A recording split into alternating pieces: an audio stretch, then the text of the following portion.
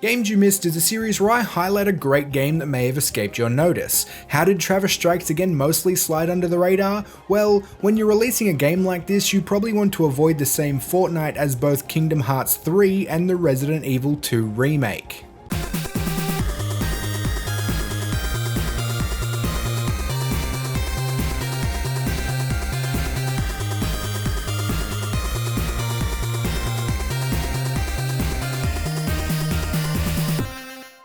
Travis Strikes Again No More Heroes isn't going to win Game of the Year, but it would be in with a shot at Most Unique Game of the Year, if that was a thing. It's hard to explain what Travis Strikes Again is because that changes a lot.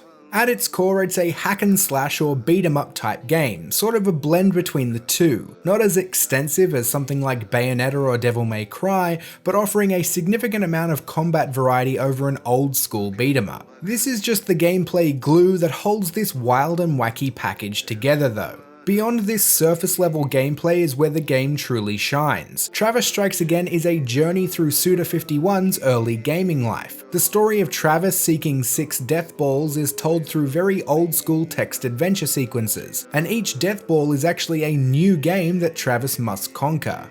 Each Death Ball game adds new mechanics or dynamics to shake up the gameplay, whether it's adding a top-down view like the first Grand Theft Auto, or forcing you into these psychedelic vector-based drag races. The best part is that each time you boot up a Death Ball, you're introduced to the game with a unique opening movie, and each of the games manages to have a distinct tone and feel even though they most often fall back on some tried and true hack and slash action. Fourth wall breaks are common, from the mid-bosses themselves literally referring to themselves as mid-bosses, to actual sequences with Travis that are more like peering into the brain of Suda51 himself as he talks about his experience with games growing up. You'll also be treated to a ton of references, and not just from other video games. Once you collect all 6 death balls, a sequence plays out where you summon a godly being from them, and he even remarks that there is a ball missing, which got a giggle out of me being the Dragon Ball Z fan that I am. I know that this phrase is often overused, but Travis Strikes Again truly is a love letter to gaming, and not in a metaphorical sense, it is literally a personal love letter from Suda51 to his gaming past.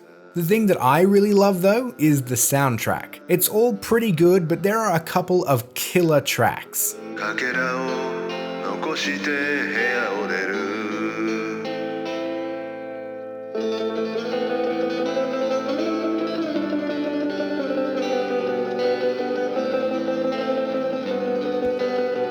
I sat idle listening to that for about 15 minutes the first time I got into that room.